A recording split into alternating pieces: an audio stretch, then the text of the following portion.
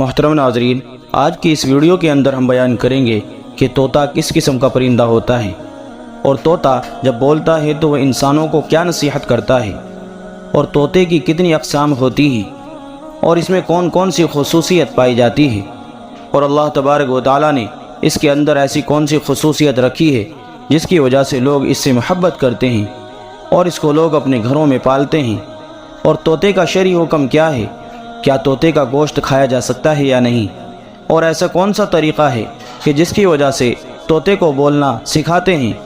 اور اگر کوئی شخص طوطے کو اپنے خواب میں دیکھے تو اس کی تعبیر کیا ہوگی۔ ناظرین محترم، ان تمام باتوں کو جاننے کے لیے ہماری اس ویڈیو کو آخر تک ضرور دیکھیں۔ ناظرین محترم، طوطا ایک ہرے رنگ کا پرندہ ہوتا ہے، اور یہ پرندہ کبوتر کے برابر ہوتا ہے، اور اللہ تبارک و تعالیٰ نے طوطے کی آواز بہت ہی خوبصورت اور دلکش بنائی ہے، اور اللہ تبارک و تعالیٰ نے اس کو خوبصورت بنایا ہے، اسی وجہ سے لوگ اس سے محبت کرتے ہیں اور اس کی آواز سے لطف اندوز ہوتے ہیں، اور طوطے کو اسی لیے اپنے گھروں کے اندر پالتے ہیں۔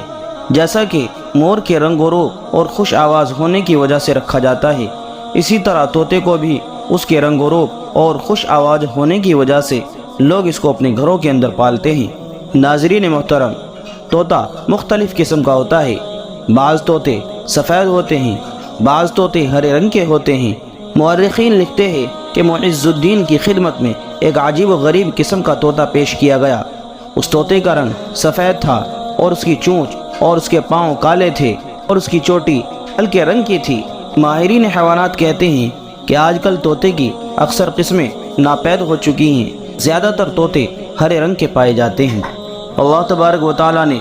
طوطے کو خوش اخلاق اور بہت زیادہ سمجھدار اور نقل اتارنے والے کی مکمل صلاحیت عطا فرمائی ہے۔ ماہرین حیوانات کہتے ہیں کہ زیادہ تر طوطا بادشاہ اور امیر لوگوں کے پاس ضبط شدہ خبروں سے محفوظ ہونے کے لیے رکھے جاتے تھے اور پالے جاتے تھے۔ ناظرین محترم،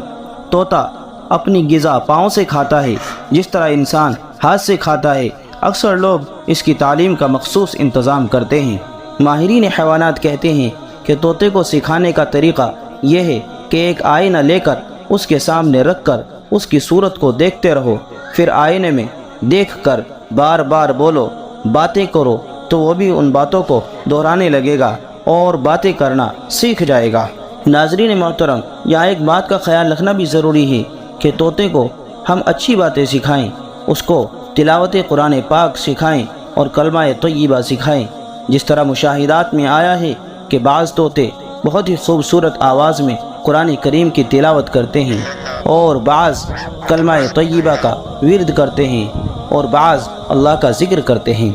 اور اس کے برعکس بعض لوگ طوطے کو گالیاں سکھاتے ہیں اور بری بری باتیں سکھاتے ہیں، اور اس کا گناہ بھی ان کے سر ہوتا ہے۔ اللہ تبارک و تعالی نیک اور نیک کام کرنے کی ہم سبھی کو توفیق عطا فرمائے۔ طوطے کا شرعی حکم یہ ہے کہ صحیح قول کے مطابق طوطے کا گوشت حرام ہے، اسی وجہ سے طوطے کا کھانا حرام ہے، اور اس کے کھانے کی وجہ علماء کرام نے اس کے گوشت کی گندگی بیان فرمائی ہے۔ ناظرین محترم، آئیے بات کرتے ہیں کہ طوطا اگر خواب میں دکھ جائے کہ اس کی تعبیر یہ ہے۔ خواب میں طوطا ایک منحوس اور جھوٹے شخص کی شکل میں آیا کرتا ہے، اور بعض اہل علم نے لکھا ہے کہ فلسفی آدمی کی صورت میں طوطا نظر آتا ہے، اور اس کے بچے بھی فلسفی بچے کی شکل میں آیا کرتے ہیں،